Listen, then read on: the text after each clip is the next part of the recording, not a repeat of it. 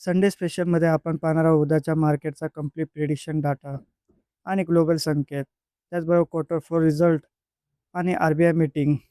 तर सगळ्यात आधी पाहूया निफ्टी 50 आणि सेन्सेक्स काय प्रिडिक्ट करतं. तर निफ्टी 50 22,713च्या आसपास क्लोज दिला आहे. तर सेन्सेक्स 73,319च्या जवळपास क्लोजिंग दिलं आहे.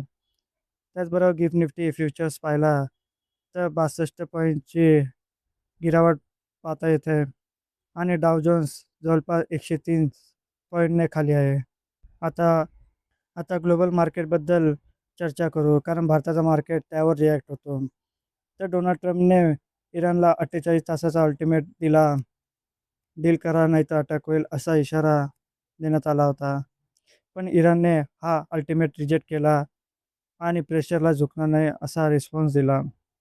त्याचबरोबर स्टेट ऑफ हॉर्मुझ हा बंद होण्याच्या धोक्यात आहे आणि इराणने गल्फ कंट्रीमध्ये ऑइल इन्फ्रास्ट्रक्चरवर ड्रोन अटॅक केले.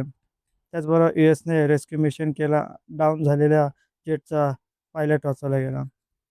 आणि आता पुढे क्रूड ऑइल पाहिला तर 111 WTI क्रूड बॅरेल आणि ब्रेंट क्रूड 109 बॅरेलवर पोहोचला आहे.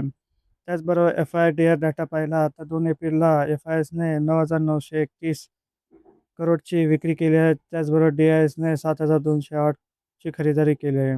आणि क्वार्टर फोर रिझल्टची तारीख जाहीर झाली असून 6 एप्रिल 2026 रोजी मोठ्या कंपन्यांचे निकाल जाहीर होणार आहेत.